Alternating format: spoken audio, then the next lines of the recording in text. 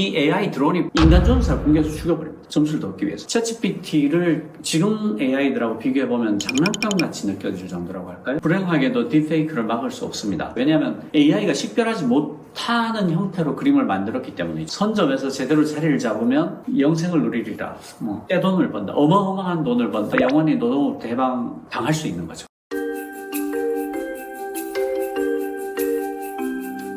챗GPT 얘기는 많이 들었는데 그래서 챗GPT가 뭔가요?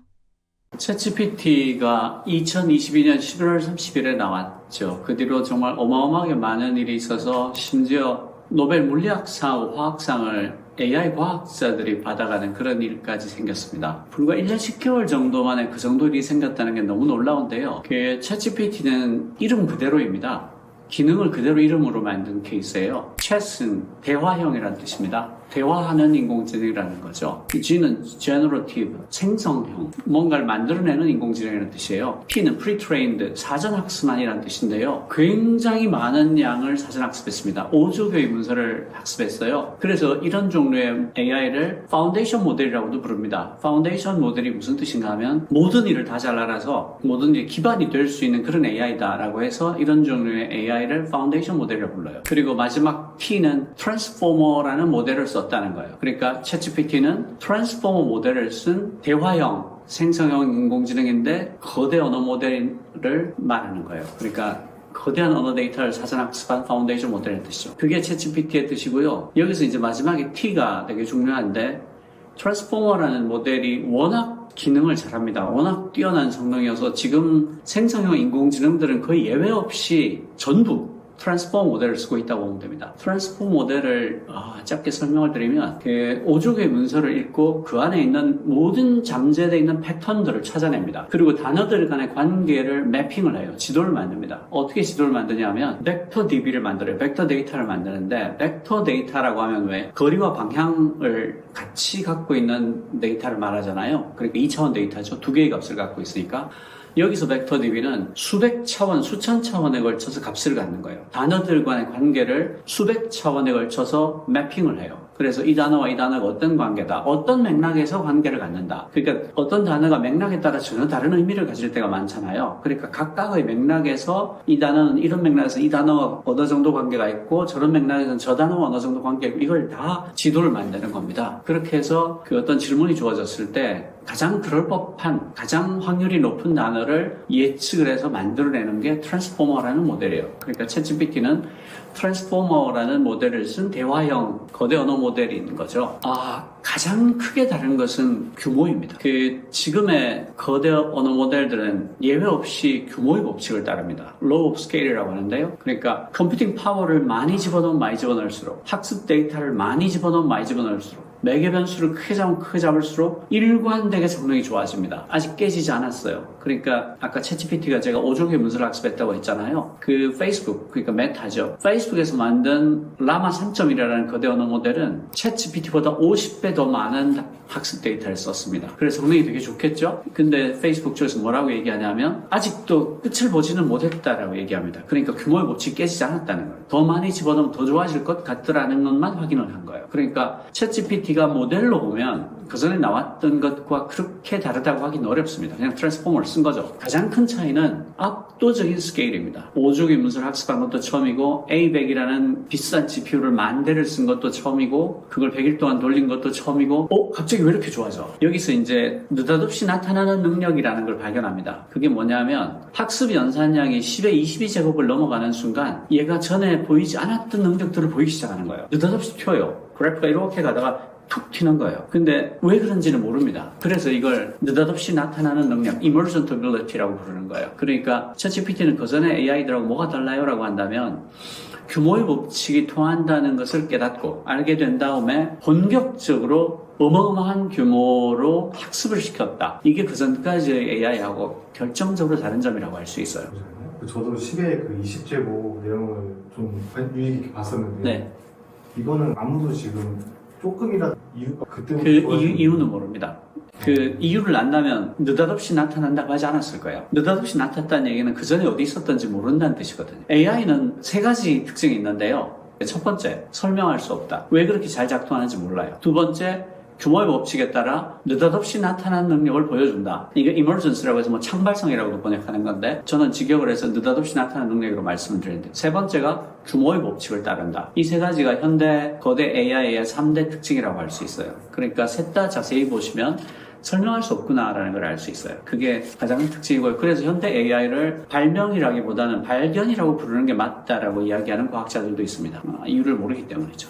사람들이 챗GPT에 대해서 열광적으로 반응을 했죠. 그러니까 챗GPT를 만든 회사가 오픈AI인데 오픈AI조차도 이런 반응을 전혀 예측하지 못했습니다. 그래서 그때 오픈할 때도 그냥 사람들한테 이걸 보여주면 어떤 반응을 보일까 정도의 생각을 가지고 별 생각 없이 오픈을 했는데 갑자기 1억 명이 써버린 거예요. 너무 놀란 거죠. 그렇게 열광적인 반응을 끌어낸 거는 threshold를 넘은 것 같아요. 그러니까 뭐 어지간히 하네, 아이고 뭐 애쓴다. 그 전까지 AI는 그런 수준이었거든요. 꽤 하네, 뭐 애쓴다였는데 느닷없이 너무 잘하는 거예요. 정말 똑똑한 거죠. 그때 미국 변호사 시험을 통과할 정도의 실력이었으니까 지금 사실 챗GPT 그 당시 버전을 써보면 멍청하다, 많이 모자란다는 느낌을 갖게 되는데요. 그 당시로서는 변호사 시험을 통과했다는 게 너무 놀라운 일이었어요. 그리고 인터페이스 자체가 대화형이었으니까 진입장벽이 없는 거죠. 모든 사람이 써볼 수 있는 거예요. 그게 아마 그 열광적인 반응을 불러온 이유가 아니었을까 그렇게 생각합니다. 챗GPT가 미국 변호사 시험을 하위 10%로 통과했는데 그 다음에 나온 GPT-4는 상위 10%로 통과를 합니다. 그리고 GPT-4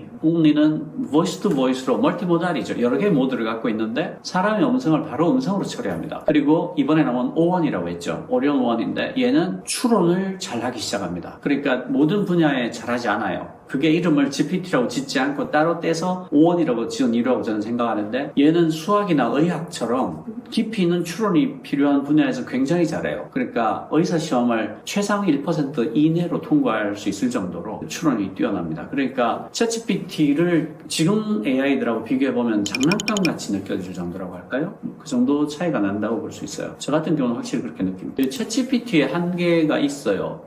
아까 말씀드렸듯이 트랜스포머라는 모델을 쓰잖아요. 5조 개의 문서를 들여다보고 그 안에 들어가 있는 모든 잠재된 패턴을 다 찾아냅니다. 그리고 단어들 간의 관계를 다 매핑을 하죠. 그렇게 해서 확률적으로 가장 그럴 법한 단어를 생성해내서 그 단어들을 이어나가서 문장을 만들어요. 그러니까 얘는 확률적으로 가장 그럴 법한 말을 표현하도록 학습하네요. 뒤집어 얘기하면 얘는 학습 과정에서 한 번도 true or false를 토하도록 배운 적이 없는 애라는 뜻이에요. 그러니까 얘가 하는 말은 참말만 하는 게 아니에요.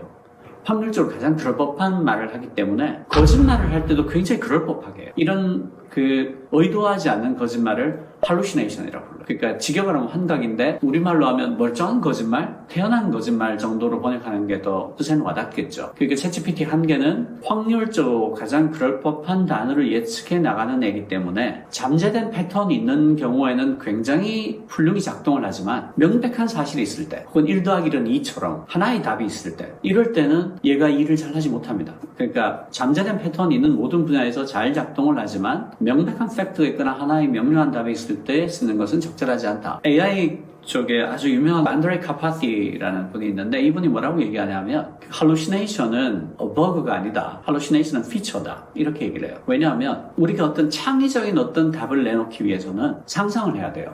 그러니까 상상이라는 게 없이 창의적인 답이 나올 수가 없거든요. 그래서 안드레 카파티가 어떻게 얘기를 하냐면 AI에서 상상력을 다 빼면 검색 엔진이 될 것이다. 검색 엔진에 상상력을 보태면 AI가 될 것이다 라는 얘기죠. 그러니까 우리가 왜 상상을 하기 위해서는 사실은 몽상도 하고 이상한 꿈도 꾸고 그러잖아요. 그러니까 이게 동전의 뒷면과 같다는 거예요. 아주 훌륭한 답의 뒷편이 상상력이고 그 상상력이 AI에서는 hallucination으로 나오는 거다. 그러니까 hallucination은 버그가 아니라 피처다. 특징이다. 이렇게 얘기를 해요. 그걸 temperature라고 불러요. 온도라고 부르는데 아까 제가 확률적으로 가장 그럴 법한 단어를 예측한다고 그랬잖아요. 그러면 가장 확률이 높은 단어들부터 썩 그럴 법하지 않은 단어까지 순서를 쭉 매길 수 있을 거예요.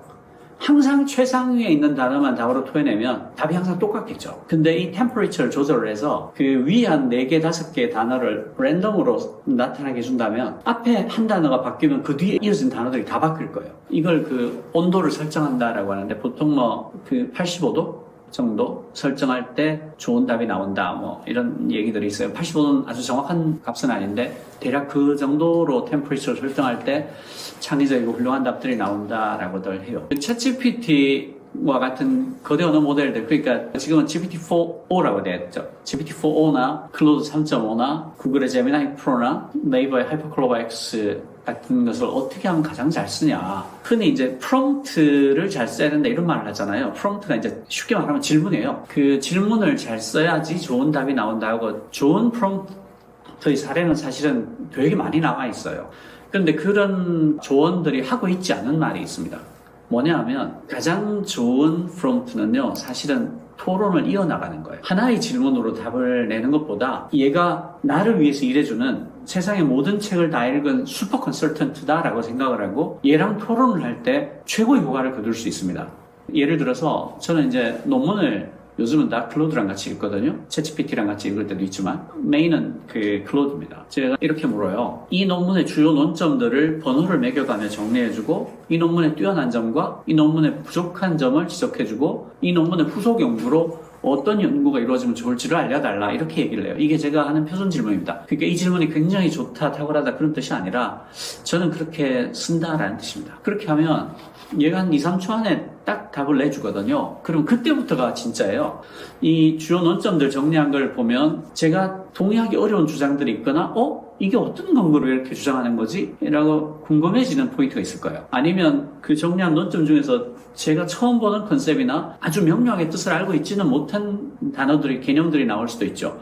그럼 그걸 가지고 후속 질문들을 이어갑니다. 그 세 번째 논점은 그 전까지의 논문들에서는 이런저런 이유로 부정돼 왔는데 이 논문이 특별히 이걸 주장하는 이유가 뭐지? 근거를 상세히 설명해줘 라거나 그 지금 정리한 것 중에서 이런 컨셉은 나한테 좀 낯선데 이게 어떤 맥락에서 어떤 뜻으로 이 논문에서 쓰였는지를 상세히 설명해 달라라거나 혹은 왜 후속 연구가 그렇게 돼야 된다고 생각하니 좀 더 깊이 있게 나한테 아주 구체적이고 상세히 설명을 해줘라거나 이렇게 토론을 이어나가게 됩니다. 그렇게 되면 어쨌든 얘는 답을 2초 안에 하거든요. 그러니까 한 3분에서 5분 정도 얘랑 토론을 하게 되면 8번, 9번 정도 얘랑 주고받을 수가 있게 돼요. 그러면 나 혼자서 그 논문을 읽었을 때는 도저히 보지 못했을 굉장히 다면적인 풍부한 생각들을 할 수 있게 됩니다. 이게 진짜예요. 그러니까 제가 챗GPT와 같은 거대 언어 모델들을 어떻게 쓰면 좋은가를 물을 때 제가 항상 드리는 말씀이 이걸 도구라고 생각하지 마라. 이건 검색 엔진이나 컴퓨터 같은 게 아니다. 얘를 파트너라고 생각해라. 얘를 세상의 모든 책을 다 읽은 아주 똑똑한 파트너라고 생각하고 얘랑 토론을 해라. 이야기를 해라. 그때 얘의 능력을 120% 끌어낼 수 있다. 그러니까 이건 쓰는 도구가 아니다. 지금까지 톱이나 망치 이런 것들처럼 쓰는 게 아니고 같이 하는 거다. 파트너다. 그래서 저는 이런 거대 언어 모델들을 가장 잘 활용하는 방법은 토론을 이어나가는 거다. 절대로 하나의 프롬프트, 첫 번째 프롬프트로 뭔가를 끌어내려고 하지 마라. 그게 제가 꼭 권해드리고 싶은 말씀이에요. 요즘 생성형 AI 기술은 어떻게 발전하고 있나요? 몇 가지 굵직한 흐름들을 볼 수 있는데요. 첫 번째는 멀티모달입니다. 멀티모달은 여러 개의 모드를 갖고 있다는 뜻인데요. 챗GPT는 텍스트만 다루잖아요. 텍스트를 입력해서 텍스트를 출력합니다. 하나의 모드죠. 근데 GPT-4만 해도 텍스트만 입력하는 게 아니라 이미지도 입력을 받고 이미지도 출력을 합니다. 두 개의 모드죠. 이렇게 여러 개의 모드를 갖고 있는 것을 멀티모달이라고 불러요. 앞으로 모든 생성형 인공지능은 멀티모달이 베이스가 될 겁니다. 몇 가지 이유가 있어요. 첫 번째로 텍스트만 입력하고 출력하면 실제로 쓰임새가 굉장히 제한을 받게 됩니다. 우리가 갖고 있는 데이터들이 대부분 복합 데이터들이에요. 글만 있는 자료가 별로 없죠. 그 안에는 인용되는 이미지도 있고 때때로 오디오가 들어가기도 하고 비디오가 들어가기도 하고 복합 데이터들이 대부분이거든요. 제 책을 보더라도 이런 식으로 그림을 금방 볼 수 있잖아요. 이런 자료는 챗GPT는 처리 못한다는 말이에요. 그림을 못 보니까. 그러니까 쓰임새가 굉장히 한계가 있죠. 그래서 기본적으로 비즈니스를 위해서도 멀티모달이 돼야 됩니다. 또 하나의 이유가 있어요. 인공지능이 기계로 인간의 지능을 구현해보자라는 시도잖아요. 그러면 인간의 지능을 보자 이거예요. 인간의 지능이 책만 읽고 발전하나요? 그럴 리가 없잖아요. 시청각, 온갖 오감을 통해서 들어오는 모든 입력들이 나의 지능을 발전시키는 데 쓰인단 말이죠. 그러니까 인공지능이 기계로 인간의 지능을 구현해보자라는 시도라면 베이스는 멀티모달이 돼야 되는 거죠. 그래서 멀티모달로 가는 아주 분명한 흐름이 있고요. 또 하나의 흐름은 작고 빨라지고 싸집니다. 이것도 불가피한데요. 지금 챗GPT 같은 경우에는 한 대 1,000만 원 GPU를 몇만 장을 써야 됩니다. 그러니까 한 번에 몇천 가구분의 전기를 써요. 그래서 지금 한 달에 한 $22 정도를 사용료를 받고 있는데 그거 받아봐야 적자입니다. 유지 가능하지 않은 거예요. 그래서 얘를 어떻게든 작고 빠르고 싸게 만들어야 됩니다. 또 하나의 이유가 있어요. 그건 뭐냐면 이 개인 기기에서 돌아갈 수 있어야 됩니다. 그렇게 하지 않으면 쓰임새가 굉장히 제한돼요. 예를 들어서 우리 회사의 비밀 데이터들을 클라우드로 못 올리잖아요. 내 개인 데이터들을 클라우드로 못 올리잖아요. 그러니까 쓰임새가 굉장히 제한되는 거죠. 비밀을 보장해주는 어떤 특별한 그 클로즈드된 클라우드에서 나만 쓴다, 뭐 굉장히 비싼 돈을 내고 그런 게 아니라면 사용성이 굉장히 제한될 수밖에 없습니다. 그러니까 성능이 약간 떨어지더라도 내 디바이스 위에서 PC나 스마트폰 위에서 돌아갈 수 있을 정도로 작게 만들어야 쓰임새가 굉장히 커지는 거죠. 그래서 작고 빨라지고 싸집니다. 그리고 세 번째로는 AGI를 향해서 갑니다. AGI는 Artificial General Intelligence라고 해서 인공일반지능이라고 말하는 건데요. 지능의 모든 영역에서 인간의 지능을 뛰어넘는 인공지능을 AGI라고 부릅니다. 지금 페이스북이 됐든 구글이 됐든 오픈AI가 됐든 다 우리의 목표는 AGI를 개발하는 것입니다 라고 얘기하고 있어요. 그리고 실제로도 구글의 그 딥마인드죠. 이번에 노벨 화학상 받은 네미사 사비스 같은 경우는 5년에서 10년 안에 AGI가 나올 것 같습니다 라고 얘기하고 있고요. 그 오픈AI의 샘 알트만 같은 경우에는 2000 몇백 일 안에 AGI가 될 것 같다라고 얘기합니다. 그러니까 굉장히 많은 AI 과학자들이 AGI가 올 거라고 예측하기 시작했어요. 근데 챗GPT가 나오기 전만 해도 대부분의 AI 과학자들이 인간 수준의 인공지능까지는 못 만들 거다라는 쪽에 표를 던졌어요. 그러니까 그 불과 2년 사이에 어마어마한 변화가 나타난 거죠. 그러니까 생성형 AI 기술은 어떻게 가고 있냐, 뭐 이렇게 한 3가지 정도로 정리할 수 있을 것 같습니다. 멀티모달 리베이스가 된다, 싸지고 빨라지고 작아진다, AGI로 가고 있다. 생성형 AI가 산업의 트렌드를 어떻게 바꾸냐면 생성형 AI는 잠재된 패턴을 찾아내는 일을 합니다. 그러니까 현대의 AI가 무슨 일을 하냐고 한 문장으로 표현해보라 그러면 잠재된 패턴을 찾아내는 일을 해오라고 할 수 있습니다. 그러니까 잠재된 패턴이 있는 모든 분야에서 AI가 돌이킬 수 없는 변화를 불러올 겁니다. 예를 들어서 이번에 그 노벨 화학상을 받은 알파폴더 같은 경우에 그게 뭐냐면 거대 단백질의 접히는 모양을 예측하는 거거든요. 그러니까 그 분자량이 굉장히 큰 거대 단백질의 경우에는 우리가 분자식을 다 알고 있다고 하더라도 그 물리적, 화학적 특성을 100% 말하지 못합니다. 왜냐하면 얘가 어떤 모양으로 접히냐에 따라 전혀 다른 특징을 나타내거든요. 그래서 신물질을 만들 때 이 거대 단백질이 어떤 모양으로 접히느냐를 예측하는 게 굉장히 중요한 그 일이 됩니다. 분자식을 다 알고 있다 하더라도 이의 물리적 화학적 특성이 어떻게 될까를 접히는 모양을 모르면 말할 수가 없거든요. 근데 이런 거대 단백질이 접히는 데는 분명히 패턴이 있을 거라고요. 이유 없이 접히진 않을 거니까. 지금까지는 그 계산이 너무 어려워서 접히는 걸 하는데 한 3년씩 걸렸나? 뭐 그랬어요. 그런데 구글의 딥마인드가 인공지능을 써서 이 단백질 접힌 모양을 거의 대부분 예측하고 풀어버리는 데 성공을 한 거죠. 그것도 잠재된 패턴이 있었기 때문에 그걸 찾아내는 데 성공한 거예요. 그리고 광주에 인공지능 융합 산업 집적단지라는 곳이 있어요. 그러니까 대량의 GPU를 갖다 놓고 스타트업이나 연구기관에서 AI를 연구하고 싶어 할 때 그 GPU를 무료로 빌려주는 곳이에요. 국가기관이죠. 거기 입주해 있는 곳 중에 하나가 돼지 몸무게를 카메라 한 대로 정확히 예측해내는 AI를 만들었어요. 그러니까 천장에 카메라가 딱 한 대가 달려 있어요. 얘가 그 사육장에 있는 돼지를 그냥 비추기만 하면 체중을 예측해내는데 그 오차범위가 몇백 g이에요. 이게 오차범위 몇백 g으로 돼지 몸무게를 맞추면 뭐가 중요한데? 라고 하면 굉장히 많은 게 달라집니다. 그 전까지는 돼지를 그 저울에 집어넣는 게 굉장히 힘들었어요. 돼지가 무겁고 날뛰니까. 근데 얘를 실시간으로 언제든지 24시간 측정할 수 있게 되면 돼지가 판매할 수 있는 몸무게가 있어요. 이 몸무게가 되면 판다. 근데 그 몸무게에 도달하는 정확한 그 순간 바로 알 수 있거든요. 그럼 걔를 꺼내서 팔면 되는 겁니다. 다시 말해서 사료를 굉장히 아낄 수가 있게 되는 거예요.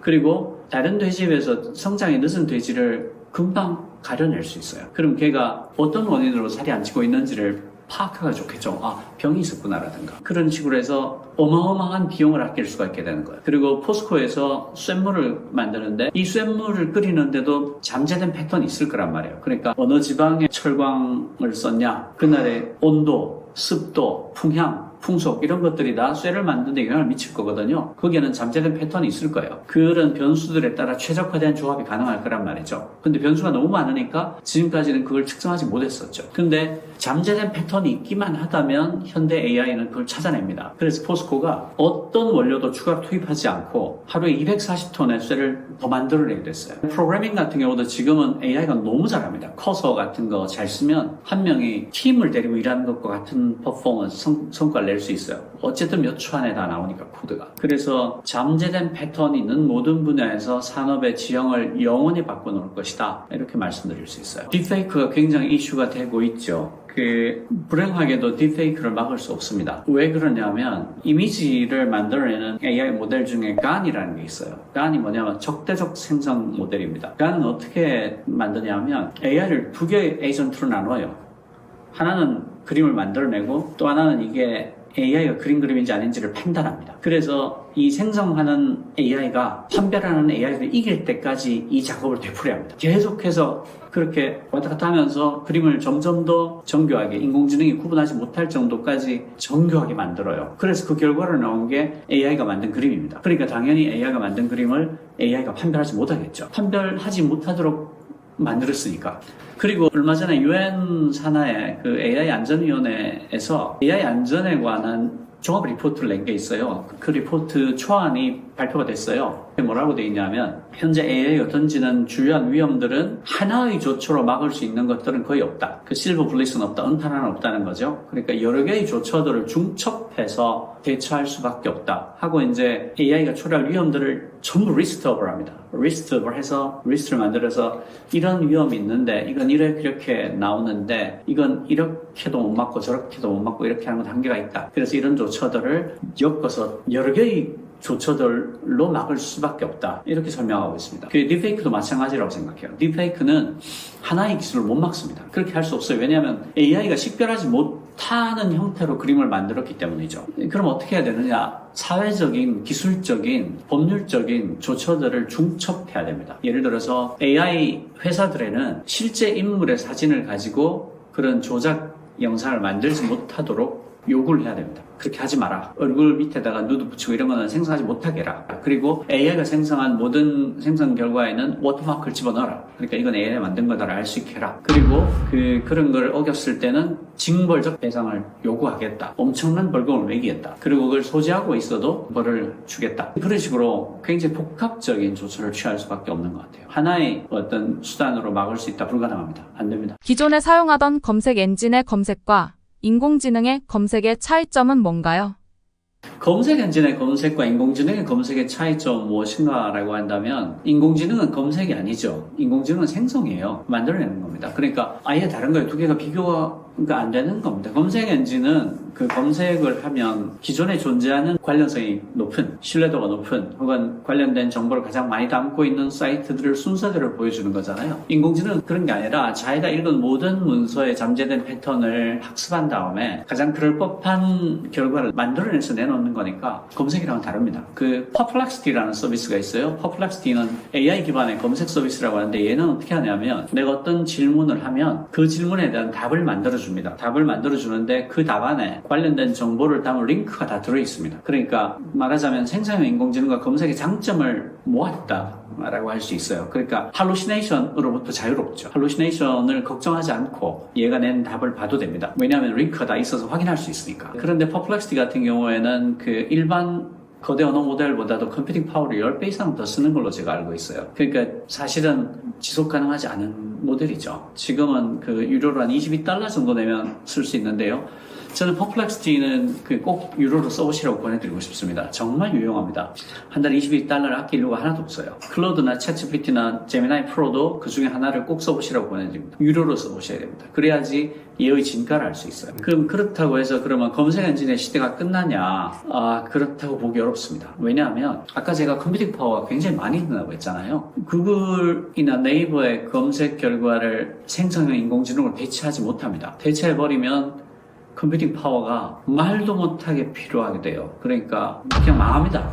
지구가 녹을 거예요. 지금 네이버가 하이퍼클로버 X를 왜 대중 공개 서비스를 크게 못하느냐? GPU가 없어요. GPU 지금 2,000몇백 대 있는데 A100 2,000몇백 대 있다고 알고 있는데 그걸로는 연구하기도 바쁩니다. 그러니까 서비스에 돌릴 수가 없어요. 오픈 AI 같은 몇십만 대 갖고 있다. 그거 메타, 페이스북도 몇십만 대 갖고 있다. 이렇게 얘기하잖아요. 그러니까 대중 서비스를 할 수 있는 겁니다. 지금으로서는 검색 서비스를 생성형 AI가 대체할 수가 없다. 왜냐하면 GPU가 그 정도로 많지도 않고 GPU가 설령 있다 손 치더라도 그 검색 양을 그걸로 돌리려면 전기료도 감당이 안 될 거고 GPU 값도 감당이 안 될 거예요. 그래서 검색 엔진의 시대가 끝나기는 어렵다. 현재 기술로는. 훨씬 더 빨라지고 작아지고 싸지지 않으면 택도 없고, 그리고 검색과 생성은 사실은 용도가 서로 다릅니다. 명백한 사실이 있거나 하나의 답이 있을 경우에는 검색을 해야 되죠. 생성을 하면 안 됩니다. 그러니까 역할이 달라요. 근데 일정 부분 그 검색 엔진의 시장이 대체될 수는 있습니다.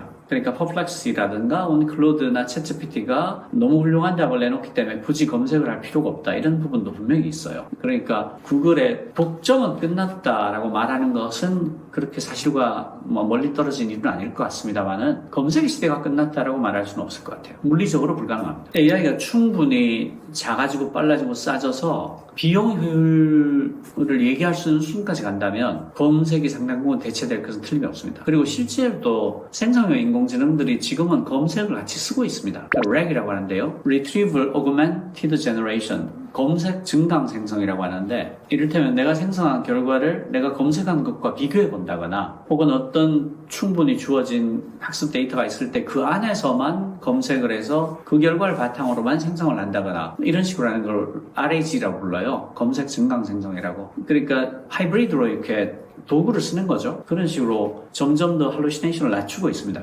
초반에 챗GPT가 나왔을 때 할루시네이션 비율이 한 18%다, 20% 넘는다, 이런 얘기들을 했었는데, 지금은 할루시네이션 비율이 한 7%대로 떨어졌다라고 얘기를 하고 있고요. 제가 써보면 한 3%대 정도까지 떨어진 것 아니냐라는 느낌을 받고, 그리고 실제로 주의 깊게 쓰면 할루시네이션을 피할 수 있습니다. 내가 이제 검색을 해서 확인을 한다거나, 그 대외적인 자료를 쓰기 전에는 반드시 원본을 찾아본다거나 하는 식으로 하면 할루시네이션을 피할 수 있습니다. 검색이 점점 더 인공지능이 사용하는 도구로 들어오고 있는 거죠. 그러니까 구글이 예전 같을 수는 없을 겁니다. 제가 그 거대 언어 모델들을 정말 잘 쓰고 있습니다. 우선 제가 AI 쪽 글을 쓰니까 논문들을 많이 읽지 않을 도리가 없거든요. 근데 논문들이 미친듯이 쏟아져 나온단 말이에요. 정말 말도 못하게 나옵니다. 그걸 다 읽어내는 게 너무 어려워요. 사실은 이 책 쓸 때도 이게 420페이지인데요.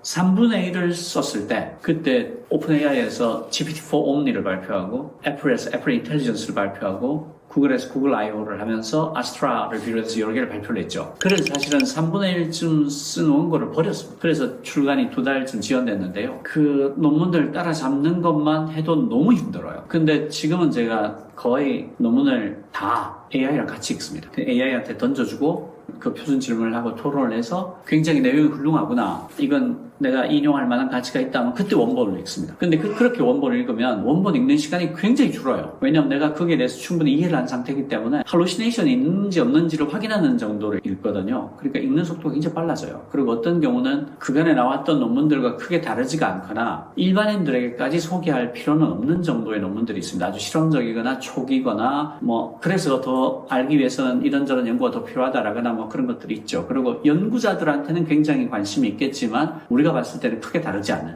그런 것들도 있고, 그러면 그건 그 토론을 조금 하고 끝내죠. 그렇게 해서 저는 읽는 속도가 10배 이상 빨라졌습니다. 훨씬 많은 논문들을 읽을 수 있게 된 거죠. 그리고 새로운 개념들을 제가 취득하는 속도도 어마어마하게 빨라졌어요. 그리고 얘가 갖고 있는 굉장히 큰 장점은 제가 창피해하지 않아도 됩니다. 뭐든지 물어볼 수 있어요. 너는 도대체 이런 AI 책을 잘난 척하고 쓴 놈이 이런 개념도 모르니? 라는 말을 들을 걱정을 하지 않고 물어볼 수 있어요.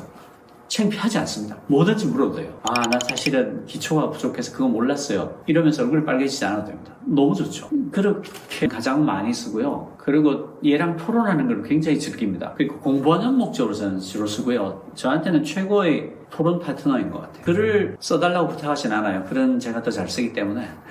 그리고 글을 부탁을 하면 되게 내용은 다 담겨 있지만 진부한 평범한 글들이 많이 나옵니다. 축사, 주례사 이런 것들 있잖아요. 어떻게 써도 진부해지기 쉬운 것들. 그런 것들을 쓸 때는 쓸만하다. 그리고 리포트의 목차를 뽑을 때는 굉장히 유용하다. 왜냐하면 이게 빠뜨린 게 없어야 되잖아요. 내가 빠뜨린 게 없나를 체크하는 용도로 얘한테 물어보는 건 굉장히 적절한 사용법입니다. 많은 비용을 써서라도 초거대 AI를 만들려는 이유는 뭘까요?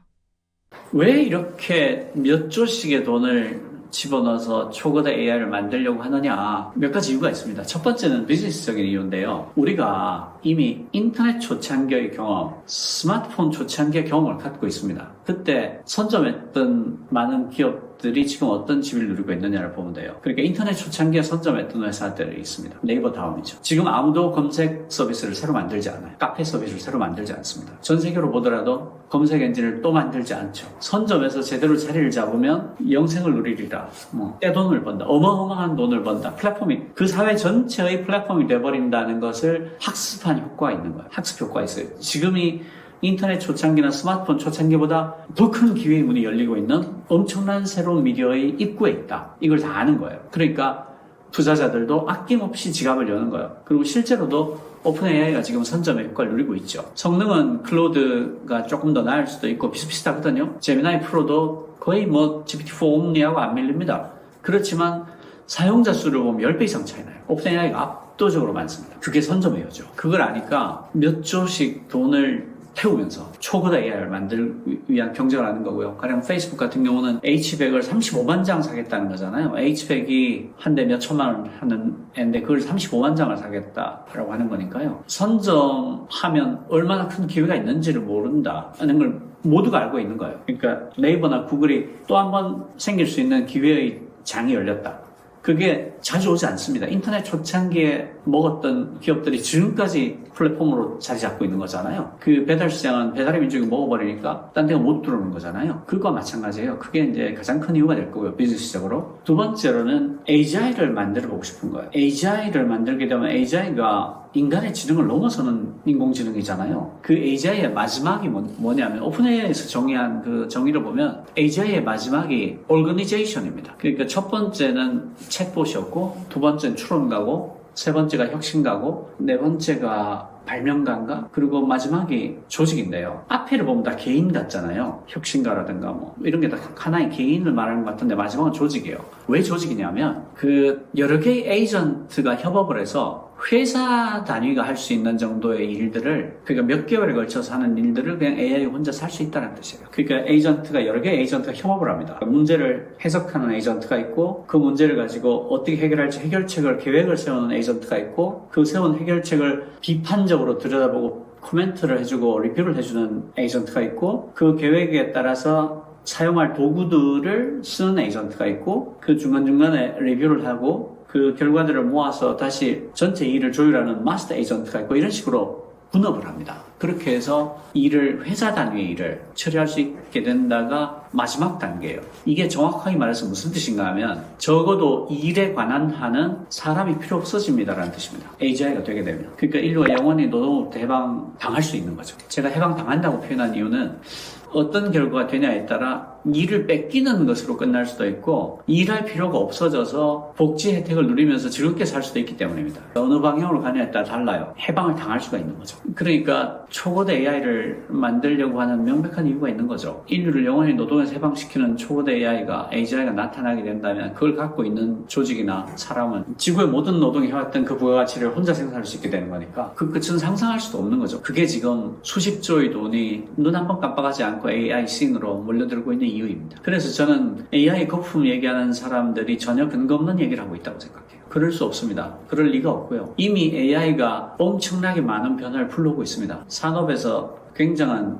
변화, 예를 들어서 포스코가 AI를 써서 1g 원료도 추가 투입하지 않고 240톤의 쇠를 더 생산할 수 있게 됐는데 포스코가 과거로 돌아가자 우리 AI 쓰지 말자라고 할 확률이 있을까요? 전혀 없죠.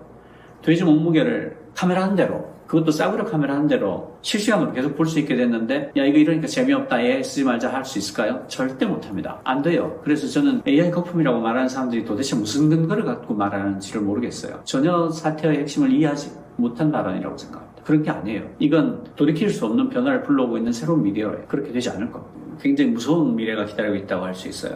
그 재밌는 예들이 왜 언어 모델들이 되게 재밌는 게 많아요. 그러니까 지금 제가 이렇게 말을 하고 있지만 제 얼굴 표정과 입술까지도 바꿔주면서 제가 수십 개국어의 말로 똑같은 내용을 하게 더빙해 줄 수 있잖아요. 그런 서비스들이 있죠. 그런 것들은 실제로 보면 굉장히 놀랍고 재밌습니다. 제 목소리 톤까지 그대로 하는데 영어로 했다가 프랑스어로 했다가 러시아어로 했다가 하는데 입술하고 얼굴 근육까지 그 말을 하는 걸로 똑같이 바꿔주죠. 그런 것들이 굉장히 실제로 보면 신기하고 재밌고 놀라울 거고요. 그 다음에 GPT-4 Omni 같은 경우에는 실시간 통역을 해주잖아요. 실시간 통역도 해주고 감정을 집어넣어서 의인화, 사람인 것처럼 대화도 하기도 하고 그런 것들이 다 사실은 굉장히 놀랍죠. 왜냐하면 보세요. 그 GPT-4 Omni가 사람의 말을 듣고 사람의 말로 그대로 토해내는데 반응 속도가 320ms이거든요. 그 사람의 말을 듣고 대답하는 속도가 320ms인데 이게 사람의 반응 속도와 비슷하거나 좀 더 빠른 속도예요. 근데 이게 얼마나 놀라운 일인가 하면 내가 말하는 걸 녹음을 해서 인터넷을 통해서 서버에 가서 그 서버에서 답을 만들어 와서 나한테 대답해 주는데 그게 320ms이라는 거예요. 이거 마술 같은 일인 거죠, 사실은.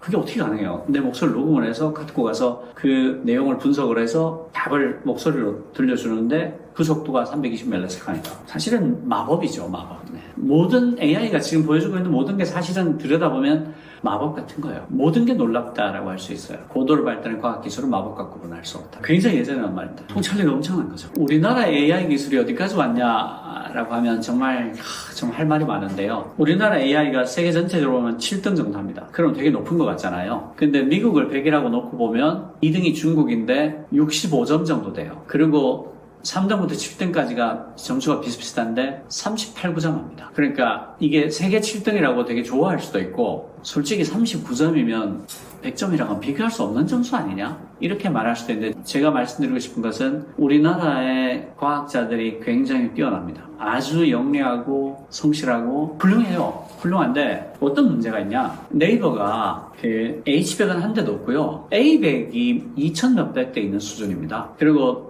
그 다음에 잘하는 데가 LG인데 LG그룹도 굉장히 잘해요. LG그룹도 LG AI 연구소가 2천 몇백 대 갖고 있고 그룹 전체로 3천 몇백 대 갖고 있거든요. 근데 오픈AI가 10몇만 대를 갖고 있고요. 페이스북이 H100만, 그러니까 A100도 아니죠. A100 다음 버전이잖아요. H100을 35만 장 연말까지 사겠다 그러고 테슬라가 얼마 전에 10만 장 H100 연결해서 세계 최고의 슈퍼컴퓨터를 만들었다라고 트위터로 자랑을 했잖아요. X로 이름 바꿨지만 연구를 하고 싶어도 그러니까 공부를 너무 잘하는데 연필이 없는 거야. 연필과 책이 없는 거야. 너무 한심하죠. 근데 더 한심한 게 있어요. 정부가 R&D 예산을 13% 깎아버렸잖아요. 그래서 AI 관련 예산들이 굉장히 많은 분야에서 85% 이상 날아갔습니다. 삭감됐어요. 그리고 우리나라가 전 세계 AI 인재 3대 유출국입니다. 세 번째 유출국인데요. 사실은 두 번째 유출국이라고 봐야 돼요. 왜냐하면 2등이 이스라엘이거든요. 근데 이스라엘은 미국으로 가는 게 인재를 유출하는 게 아니에요. 미국을 점령하러 가는 거고. 유대인 네트워크가 워낙 좋잖아요. 그러니까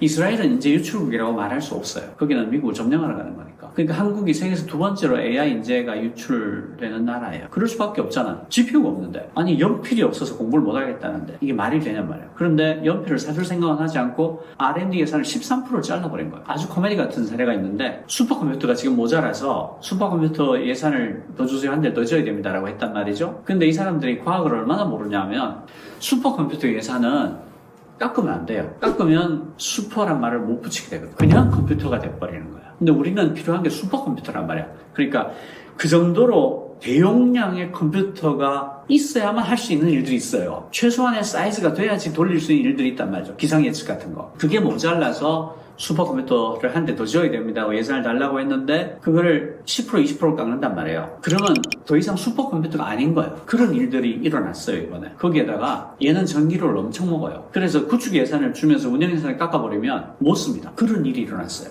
그러니까 뭐라고 말할 수가 없어요. 근데 미국의 예를 보면 미국이 GPU 팜을 어마어마하게 만드는데 그 목표가 뭐냐? 5만 명의 연구자가 각각 1인당 1000시간씩 GPU를 마음껏 돌릴 수 있게 해주거나 혹은 2만 5천 명의 연구자가 1000시간을 마음대로 쓰고 그 대신에 40개 팀이 챗GPT 사이즈의 대용량 AI를 연구할 수 있게 해주겠다. 이게 1단계 목표고요. 그리고 이게 완성이 되잖아요. 완성이 되면 15만 명의 연구자가 1000시간을 자유롭게 쓰거나 7만 5천 명의 연구자가 1000시간을 마음대로 쓰고 연간 최대 120개 팀이 챗GPT 규모의 AI를 개발할 수 있게 해주겠다. 이게 미국의 목표예요. 그런데 미국은 지금 2등하고 차이가 40점에 해당할 정도로 커요. 그런데 미국이 왜 이렇게 지원을 하냐면 AI 연구의 다양성을 높이기 위해서 한다고 밝히고 있어요. 그렇지 않아도 이미 전 세계에서 AI 과학자들이 다 미국으로 연구하고 싶어서 찾아오고 있는데 여전히 다양성이 부족하다는 이유로 이만한 투자를 하겠다는 거예요. 근데 한국이 세계 10대 강국이라고들 얘기하잖아요. 한국이 돈이 없는 게 아니에요. 한국은 굉장히 돈이 많은 나라입니다. 세계에서 10등 안에 들 정도로 잘 사는 나라예요. GDP 기준으로도 13등인가 그럴 겁니다. 가처분 소득이라든가 이런 거 해보면 명백히 10등 안에 들어가거든요. 그러니까 한국이라는 나라가 H100을 5만 장, 10만 장을 못 살 정도로 거지가 아니에요. 그리고 그걸 사서 연구자들한테 주면 엄청난 연구를 할 거예요. 왜 안 하냐는 거지. 왜 안 하냐. 왜 있는 돈을 13% 깎냐. 그래서 전 세계에서 AI 인재가 두 번째로 많이 빠져나간 나라를 만들고 말았냐 라는 질문을 너무 하고 싶은 거예요. 우리가 거지냐? 왜 H100을 5만 장 못 사는데? 너무 안타까운 거죠. 왜 있는 돈을 안 쓰냐? 우리의 미래가 달린 건데 그런 게 너무 안심한 거죠. 지금까지 R&D 예산은 한 번인가 밖에 삭감한 적이 없고 심지어 IMF 경제위기 때도요. R&D 예산은 12% 이상 증가했어요. 그러니까 우리나라가 어떤 나라냐면 밥은 굶어도 애는 공부시키는 나라잖아요. 내가 굶어도 애 공부시킨다고. 그 정도로 그 공부를 중시하는 나라인데 그 결과 IMF 경제위기 때도 대한민국의 R&D 예산은 12% 이상 증액했습니다. 그런데 이 평상시에 느닷없이 13%를 깎아버리고 카르텔 때문이라고 얘기를 했는데 끝까지 카르텔을 못 밝혔어요. 그리고 얼마 전에 그 과기부 차관이 국회에 나와서 카르텔이 없다고 발언을 했죠. 그러니까 너무 서글픈 일이 일어났던 거죠. 실수였다고 생각합니다. 그러니까 너무 생각 없이 우발적으로 일어난 일이 아니었던가. 그리고 카르텔이 정말 있다고 생각했으면 카르텔을 밝혔어야죠. 근데 하나도 못 밝히고 원상복귀했거든요. 워낙 비판을 많이 받으니까. 그런데 원상복귀를 하면 그 돈을 돌려주시 된 거냐? 안 됩니다. 왜 안 되냐면 이 R&D 프로젝트는 대부분 3년에서 5년 정도 기간을 가지고 진행하는 거예요. 중간에 예산을 끊어버리잖아요. 그러면 2년 동안 연구했던 연구가 날아가는 거예요. 그리고 중간에 1년에 공백이 생겨버리잖아요. 근데 대부분 그 연구하는 사람들이 석박사급 이상이거든요. 박사후 과정도 많고 포닥이라고 하죠. 그런 분들은 생계가 걸립니다. 그런 분들은 그런 연구 자금이 없으면 연구하는 사람들이니까 돈을 벌 데가 없잖아요. 그래서 연구비 지원을 해주지 않으면 생계가 유지가 안 됩니다. 그래서 굉장히 많은 그 박사후 과정의 슈퍼 인재들이 중국, 미국으로 떠났어요. 엄청나게 많이 떠났습니다. 그리고 그 사람들이 나가면 내년에 R&D 예산 복구해주면 돌아올 수 있냐? 못합니다. 왜냐하면 거기서 3년, 5년 연구를 시작했거든요. 그러면 그 연구 끝날 때까지 못 와요. 그러니까 이게 데미지가 1년으로 끝나는 데미지가 아닙니다. 허리가 부러진 거예요. 지금이 너무 중요한 시기죠. 인터넷 초창기라고 생각해보세요. 그때 네이버가 검색 서비스를 시작했는데 누가 봐서 너 검색하지 마. 1년 뒤에 잃어버렸다고 생각해보세요. 그 1년 뒤에 복구가 됩니까? 택도 없죠. 그때 네이버가 그 당시에 그 시기에 때 맞춰 검색을 시작하지 않았다면 그것보다 10배 뛰어난 기술을 갖고 다시 시작해도 못하는 거예요. 시기란 게 있거든요. 자율주행 기술은 언제쯤 실용화될 수 있을까요? 자율주행 기술이라 그러면 그 인간이 개입하지 않고 운전하는 걸 말하죠. 그 5단계로 나눠서 얘기합니다. 그러니까 인간이 완전히 핸들에 손을 떼고 이렇게 그냥 보고만 있어도 되는 걸 레벨 3라고 해요. 근데 레벨 3까지 못 가 있습니다. 테슬라 일론 머스크가 자기들이 오토파일럿이라고 이름 붙였잖아요. 그걸로 사람이 개입하지 않아도 되는, 그러니까 핸들을 없애도 되는 그런 차를 만들겠다고 언제부터 얘기했는지를 한번 검색해 보십시오. 이 친구가 적어도 7차례 이상 거짓말을 했습니다. 내년에 나온다고 말한 게 7번, 8번 될 겁니다. 그럼 왜 그렇게 됐을까? 왜 이렇게 어려운가? 왜 이렇게 어려운가를 생각해 봐야 되는데요. 그 강화학습이라는 게 있습니다. 지금 테슬라의 오토파일럿은 강화학습을 하거든요. 강화학습은 심리학에서 나온 용어예요. Enforcement Learning이라는 건데 작은 나무 상자 안에 쥐를 넣습니다. 그리고 거기다 레버를 하나 둬요. 쥐가 이 레버를 건드릴 때마다 먹을 걸 줍니다. 그러면 쥐가 처음에는 우연히 레버를 건드려서 먹이를 먹게 되는데 나중에는 이 레버를 누르면 먹이가 나온다는 걸 알게 돼요. 그래서 이 쥐가 미친 듯이 레버를 누르게 되죠. 이렇게 그 인센티브를 줌으로써 우리가 원하는 행동을 하게 하는 것을 강화학습이라고 합니다. 인공지능에서의 강화학습은 뭐냐면 우리가 원하는 쪽으로 모델이 움직이면 포인트를 주는 겁니다. 그러니까 이렇게 말하면 그러면 AI가 의지를 갖고 있다는 거야? AI가 의지를 갖고 있어서 점수를 얻고 싶다라고 욕구를 갖게 되는 거야? 라고 오해하시는 분들이 있는데 그런 건 아니고 점수를 더 얻는 쪽으로 최적화하도록 모델을 만들었다는 뜻이에요. 그러니까 AI가 의지를 갖고 있다 그런 게 아닙니다. 그냥 점수를 더 얻도록 최적화하는 모델을 만들었다는 뜻이에요. 오해하시면 안 됩니다. 어쨌든 그렇게 강화학습을 합니다. 그래서 운전을 더 잘하는 쪽으로 사고 없이. 그런데 그 문제가 있어요. 일단 알파고로 돌아갑시다. 알파고가 이세돌하고 바둑을 둬서 이긴 최초 인공지능이잖아요. 그 알파고의 첫 번째 버전을 알파고 리라고 합니다. 이세돌하고 붙었다고 해서 알파고 리예요. 알파고 리는 인간의 기보들, 프로기사들이 둔 기보를 다 갖고 와서 그걸 학습을 합니다. 그 기보 안에 들어가 있는 모든 패턴을 학습한 다음에 이세돌하고 바둑을 둬서 4대1로 이겨요. 이 알파고 리의 수는 인간이 해설할 수 있습니다. 절대 고수의 풍모가 엿보이는 정말 고수가 두면 이렇게 두겠구나. 그런 느낌을 주는 수를 내보입니다. 물론 이제 가끔 너무 수가 깊어서 해석이 잘 안 되는데 하는 게 있지만 일부였어요. 그런데 알파고 리의 다음 버전이 알파고 제로입니다. 알파고 제로는 인간의 기보를 하나도 보지 않았어요. 그냥 바둑의 규칙을 알려주고 이겨라. 이기면 포인트를 주겠다고 강화학습을 합니다. 그때 이 알파고 제로가 뭘 하냐면 사흘 동안 수백만 판의 셀프 대국을 합니다. 그러니까 AI는 한 대가 아니잖아요. 대규모 병렬 연산을 할 수 있으니까 자기 스스로 몸을 수천 개, 수만 개, 수십만 개로 나눠서 사흘 만에 셀프 대국을 수백만 판을 둡니다. 그러고 나서 알파고 리하고 붙어가지고 100판을 다 이겨버려요. 그게 강화학습이에요. 그러면 강화학습이 굉장히 잘 작동할 것 같잖아요. 근데 운전에서는 그게 안 됩니다. 왜 안 될까요? 바둑처럼 닫힌 세계에서는 있을 수 있는 경우의 수가 다 계산이 되죠. 그리고 설사 어떤 부작용이 생긴다 하더라도 아무 일이 없습니다. 바둑이란 닫힌 세계에서 일어나니까. 그런데 운전은 열린 세계잖아요. 무슨 뜻인가 하면 항상 예외가 나온다는 거예요. 어떤 걸 학습해도 예외가 있는 거예요. 그러니까 왜 예외 없는 법칙이 없다라는 예외 없는 법칙이 있지 않습니까? 모든 일에는 예외가 있죠. 그러니까 아무리 학습을 잘해도 학습하지 않은 경우의 수가 생기는 거예요. 아주 구체적으로 예를 들어드리면 그 영국에서 열린 국방 컨퍼런스에 미국 공군 장교가 나가서 발표를 합니다. 그 AI 드론을 가지고 적의 미사일 기지를 부수는 거예요. 그래서 이 AI 드론에다가 적의 미사일 기지를 부수면 포인트를 주겠다 하고 강화학습을 합니다. 그렇게 해서 돌렸는데 최종 승인 결정은 반드시 인간 조종사가 해야 한다라는 조건을 달았어요. 왜냐하면 판단을 해야 되거든요. 이게 정말 미사일 기지 같아 보이지만 방송국이야. 혹은 미사일 기지인 건 맞지만 주변에 민가가 너무 많아. 우리 육군 애들이 지금 거기 매복을 하고 있어서 이걸 공격을 하게 되면 걔들이 다쳐. 아주 여러 가지 경우가 있을 수 있잖아요. 그래서 최종 승인은 반드시 인간 조종사 해야 된다는 조건을 달아서 돌렸어요. 그랬는데 어떤 일이 생겼냐? 이 AI 드론이 보기에 자기는 점수를 얻어야 되는데 자기가 점수를 얻는데 가장 방해가 되는 게 인간 조종사인 거예요. 그래서 인간 조종사를 공격해서 죽여버립니다. 점수를 더 얻기 위해서. 공군이 너무 놀랐겠죠? 그래서 인간 조종사를 죽이면 감점을 주겠다고 조건을 다시 달았어요. 그랬더니 드론이 어떤 일을 하냐면 그렇거나 말거나 인간 조종사가 자기를 방해하는 가장 큰 요소고 제가 아니면 점수를 많이 얻을 것 같단 말이죠. 그래서 안테나를 공격해서 부숴버립니다. 자기를 방해하지 못하게. 그러니까 무슨 뜻인가 하면 이 실제 세계에서 강화학습을 적용하려면 생길 수 있는 모든 경우의 수에 대해서 점수를 매길 수 있어야 됩니다. 이건 플러스, 이건 마이너스, 이거는 0점, 이건 플러스, 이건 마이너스, 0점하고 있을 수 있는 모든 경우의 수에 대해서 점수를 매겨야 한다는 뜻인데 어떻게 있을 수 있는 모든 경우의 수를 상상하겠어요? 예를 들어서 테슬라의 오토파일럿을 켜놓고 가던 사람이 고속도로에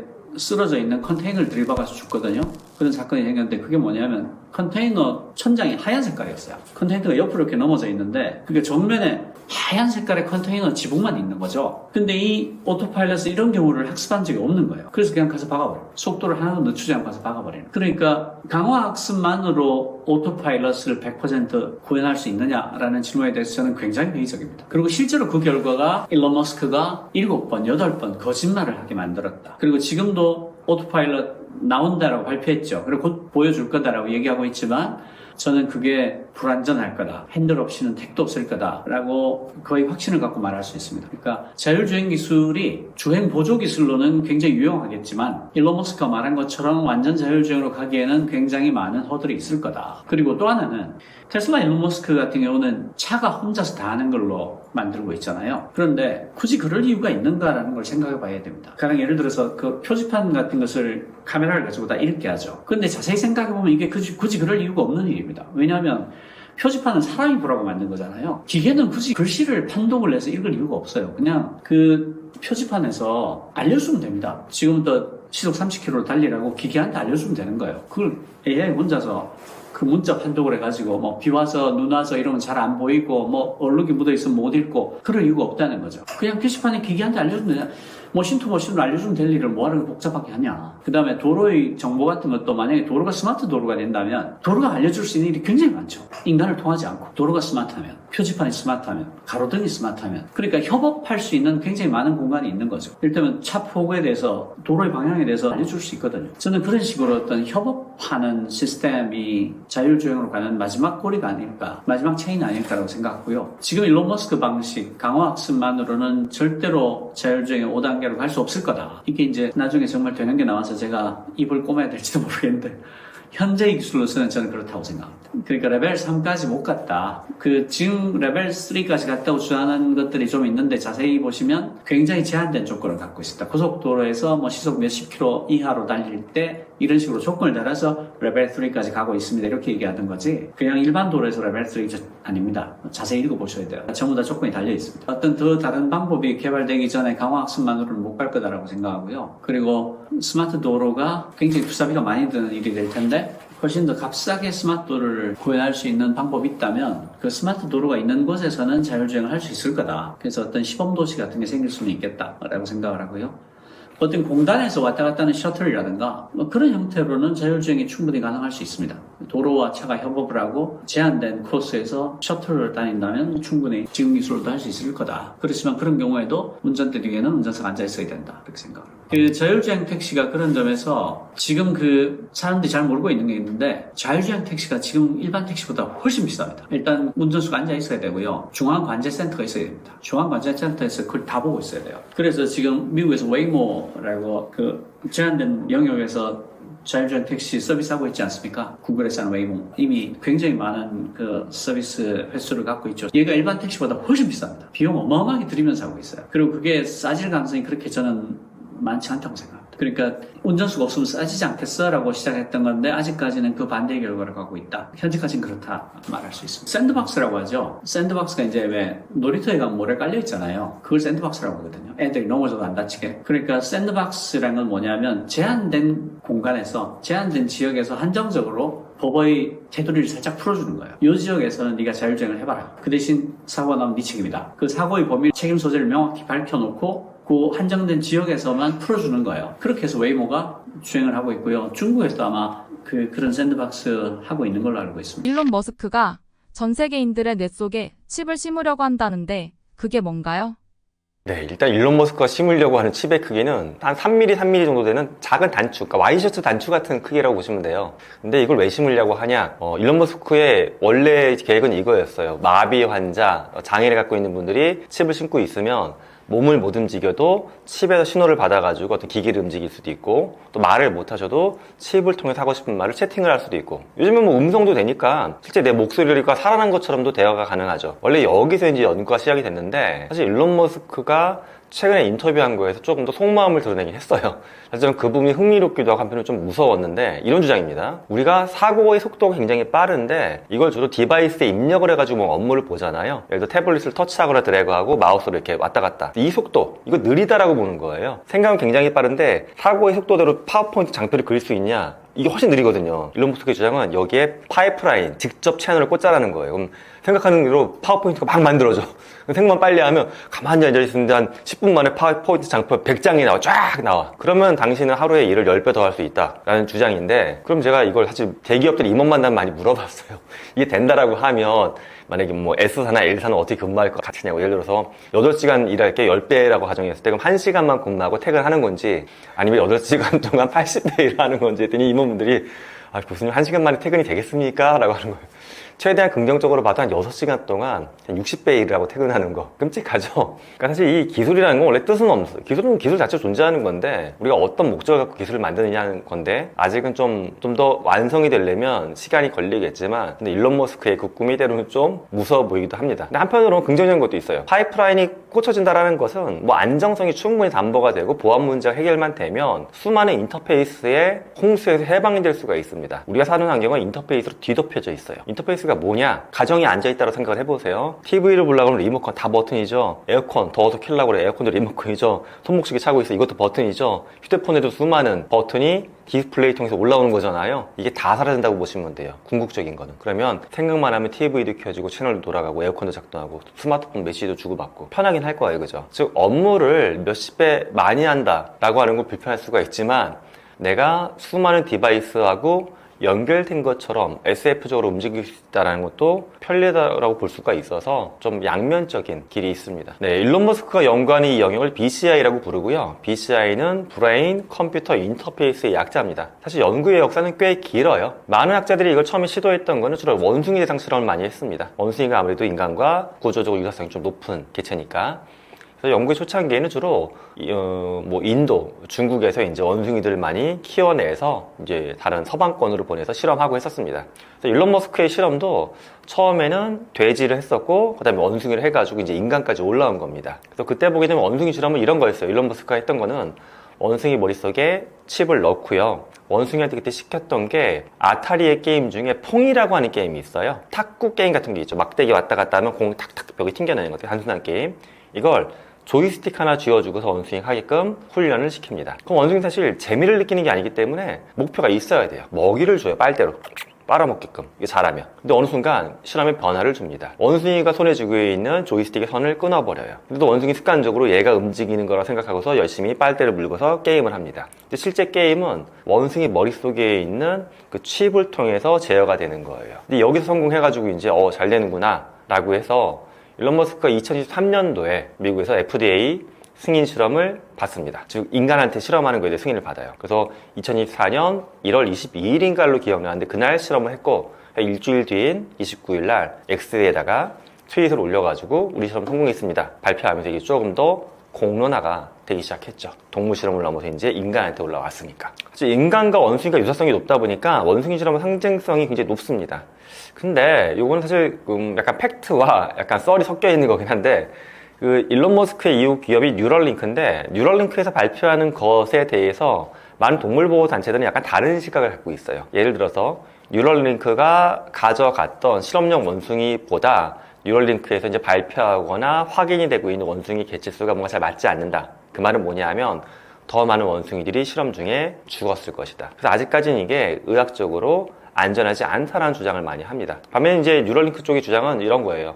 아니다. 원숭이가 갖고 있는 일반적인 질병 때문에 죽은 거고 이걸로 인한 사고는 사실 굉장히 적은 건수였다고 주장하는데 이 실험 데이터가 뭐 100% 누가 수사해가지고 까벌린 건 아니기 때문에 약간 두 측의 의견은 아직까지 좀 팽팽하게 맞서고 있습니다. BCI 기술로 어떤 것들을 할 수 있게 될까요? 인간이 BCI를 통해서 이제 두 가지 경로를 열라고 하는 것 같아요. 지금 일론 머스크가 집중하고 있는 거는 인간의 뇌가 있으면 밖으로 신호를 보내는 쪽입니다. 아웃풋. 근데 궁극적으로 그 다음 단계로 넘어가려고 하는 건 뭐냐면 이 채널을 통해서 신호를 넣어주는 거거든요. 이게 굉장히 이제 SF적인 거죠. 그럼 우리가 어떤 메시지를 머리로 받고, 그러니까 보고 듣고 하는 것들을 머리로 다이렉트로 꽂아준다고 보면 돼요. 근데 여기서 한 단계 더 나가면 그 모든 것들이 기억이 되잖아요. 뇌 여러 공간에. 그 공간에 기억을 직접 심어주는 것까지도 학자들은 고민을 하고 있습니다. 사실 근데 기억을 심어준다는 거는 우리가 전통적으로도 이미 약간의 성공은 거둔 것들은 있기는 있어요. 자, 정말로 이제 단순한 실험을 말씀드리면 저런 실험을 한 적이 있어요. 아이들한테 수족관 같은 것들을 VR로 체험을 시킵니다. 유치원 학생들한테. 그 다음에 몇 달이 지난 다음에 아이들한테 물어봐요. 혹시 방학 동안에 부모님하고 수족관 가본 사람 하면은 아이들의 상당수가 수족관 갔다 왔어요 선생님하고 손을 들어요. 그럼 실제 조사해보게 되면 갔다 와서 갔다 왔다고 대답한 친구도 있지만 갔다 온 적이 없는데 수족관에 갔다 왔다라고 하는 오기억이 심어지기도 해요. 즉 인간의 기억이라는 거고 뇌에 직접 뭔가를 꽂지 않아도 지금 존재하는 것 갖고만 갖고도 약간 심어주는 게 가능하거든요. BCI는 이걸 좀 더 편리하고 대용량을 빠르게 심어주게끔 하는 시도인데 아직까지는 사실은 아웃풋에 대한 건 발전 속도가 꽤 빨라요. 왜냐? 뇌에서 발생하는 신호를 AI한테 학습을 시켜서 인간이 공식화해서 해석했던 것보다 훨씬 더 해석의 정확도를 높이고 있어요. 인간의 의도를 AI가 도와줍니다. 근데 반대로 외부에 있는 정보를 뇌에 꽂아주는 부분의 연구는 아직까지는 굉장히 미진합니다. 상대적으로. 근데 궁극적으로는 둘 다 된다라고 했을 때는 우리가 뭐 SF적인 역시 이야기인데 공부하지 않아도 머리 지식이 쌓이고 이런 것들이 가능해질 수는 있겠죠. 근데 저는 그 전 단계도 가능하다고 보는 게 이런 거예요. 예를 들어서 내가 외국어를 안 배웠어. 근데 BCI 칩을 머리에 꽂았어. 그럼 발화하지 않아도 어떤 말을 하려고 하는지 BCI 칩 받아가요. 그럼 여기 헤드셋 하나 꽂고 있다가 가정해볼게요, 제가. 그럼 얘가 한국어지만 지금 앞에 만약에 일본인이 있어. 그럼 얘가 바로 번역해서 일본어로 소리를 틀어버리는 거예요. 제 소리를. 그러면 제가 말하는 것처럼 들리겠죠. 목소리로 제 목소리로 더빙하면 되고. 그럼 저는 이 장치를 통해서 외국어를 배우지 않았지만 이 BCI의 아웃풋 신호에 AI를 덧붙여가지고 외국어를 배운 사람처럼 그 역량을 겟하게 되는 거죠. 자, 그래서 중간 단계도 가능하다라고 제가 말씀드린 거예요. 아웃풋, 인풋이 다 완성되지 않아도 아웃풋 시그널만 갖고도 인풋이 있을 때 인간의 뇌의 기능을 일부 또 모사하는 것도 가능합니다. 실제 뭐 접근적인 건 이런 거죠. 인간이 뭔가 머리를 쓸 때는 활성화되는 뇌의 영역이 있어요. 대표적인 게 fMRI 같은 거로 이제 인간한테 뭘 시킨 다음에 그걸 찍게 되면 뇌의 영역이 활성화되는 게 보이거든요. 인간은 보통 무언가 작업을 하거나 문제를 풀 때 뇌의 한 영역을 주로 활성화시켜요. 예를 들어서 내가 외국어를 써야 돼. 그러면은 외국어를 관장하는 뭐 베르니케 영역 같은 게 활성화가 되고 이렇게 특정 영역이 활성화되거든요. 그럼 이제 삭제한다라는 건 되게 단순하게 보게 되면 그 영역에 어떤 전기적인 충격을 줘가지고 그 신호 체계를 흐트러뜨려 버리는 이런 접근으로는 기술적으로는 가능할 것 같아요. 물론 굉장히 정교해야 되고 아직까진 그래서 온전히 작동하지는 않습니다만 BCI를 연구하는 인풋 아웃풋 측면에서는 이제 그런 쪽의 기본적인 아이디어를 사람들은 고민해보고 있습니다. 어떤 게 가능하냐면 실제 이런 연구가 실제 해외에서 나온 게 있어요. 뉴로사이언스 쪽에서는 뇌가에 문제가 생기거나 또 신경계통에 문제가 생겼을 때 그것도 이제 텔레파시 칩하고 비슷한 건데 뇌 칩을 꽂고 밖으로 선을 뺍니다. 그래서 중간에 만가지 신경을 건너뛰어서 다리나 팔로 바로 다이렉트로 연결시키는 거예요. 그럼 몸에 있는 중간 신경계통은 마비가 됐지만 외부에 있는 선을 꽂아서 얘를 통해서 팔을 움직이는 거, 다리를 움직이는 거 이런 것도 지금 실험을 해서 일부 동물 실험은 좀 진행된 것들이 있어요. 그럼 이 궁극적으로 가게 되면 이런 게 가능하겠죠. 내가 만약에 정말 뛰어난 운동선수의 능력을 이 칩을 통해서 머리에 넣고 저는 운동을 잘 못하는데 칩이 밖으로 나가는 순간 약간 보정을 해줘 얘가. 만약에 나는 슛을 발로 차려고 했는데 원래대로 차면 골대 근처에도 못 가. 근데 메시의 그런 능력 또는 뭐 삼각함수 써가지고 계산한 걸 중간에 보정을 해줘.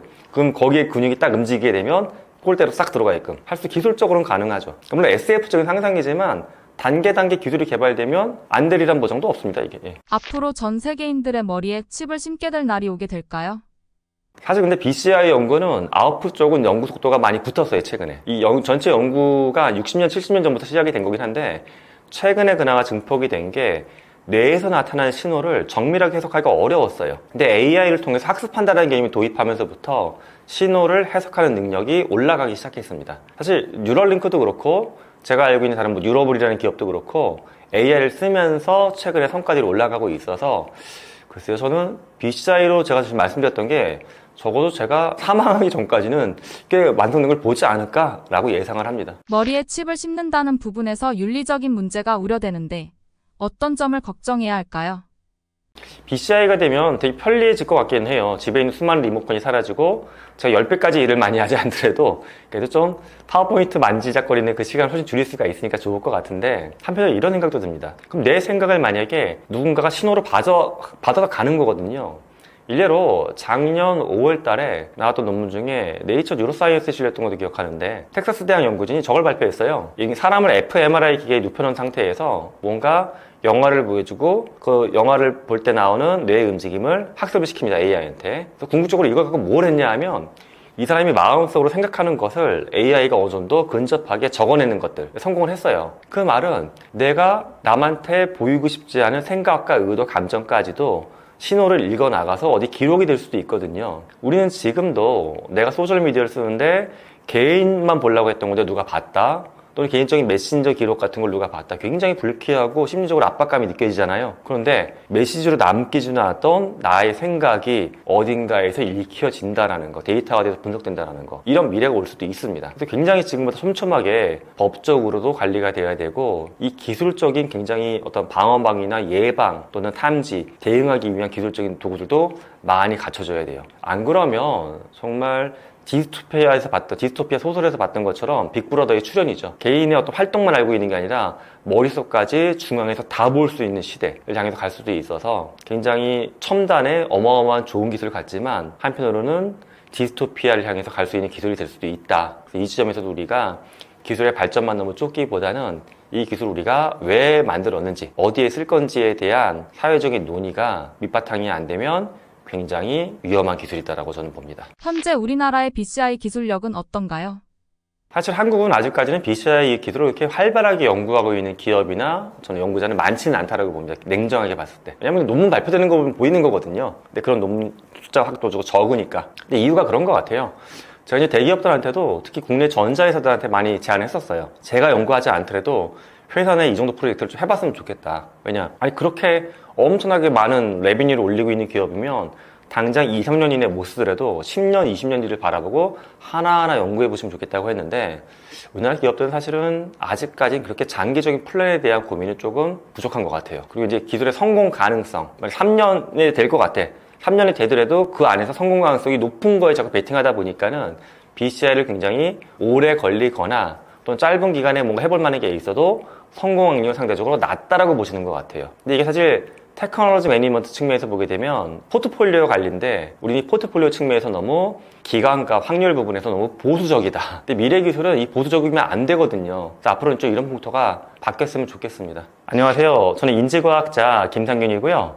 여러 가지 학문을 공부한 사람입니다. 뭐 로버트, 산업공학, 인지과학, 교육과학 공부했던 사람인데 이런 경험들을 바탕으로 기업들하고 많은 일을 하고 있고 그래서 제가 이제 올해 냈던 책 중에 2권을 좀 소개를 시켜드리고 싶습니다. 첫 번째 책은 기억의 낙원인데 SF 소설입니다. 일단 교수가 쓴 소설이니까 재미없다고 생각할 수가 있는데 재밌습니다. 왜냐하면 부산국제영화제가 재미를 보장해줍니다. 부산국제영화제가 10월 달에 열렸었는데 거기에 전시작품으로 원작 부분에 뽑혀서 전시도 됐고 최근에 한 10몇 군데 기획사하고 제작사하고 협의 중이에요. 그러니까 드라마화도 무난하게 되지 않을까 생각하는 작품이어서 기억의 낙원을 통해서 AI, 뇌과학, 메타버스가 발달하는 미래의 양면적인 것들을 한번 봐주시면 좋겠습니다. 또 다른 책은 2030 자녀교육 로드맵인데 뭐 자녀를 키우시건 본인이 이제 어떤 공부해야 되는 입장이건 간에 교육의 방향, 미래 인재상에 대해서 고민들이 많으실 것 같아요. 저는 뭐 일선 학교에서 초등학교, 중학생, 학생들을 가르치는 선생님은 아니지만 기업의 변해가는 인재상, 기술의 발전상을 많이 탐구했던 사람이어서 이 상황에서 우리가 어떤 역량을 쌓아야 되고 어떤 AI를 쓰면 좋을지를 좀 교육의 관점으로 정리해본 책입니다. 그러니까 나의 성장이나 자녀의 성장을 위해서 2030 자녀교육 로드맵도 한번 참고해 주시면 좋겠습니다.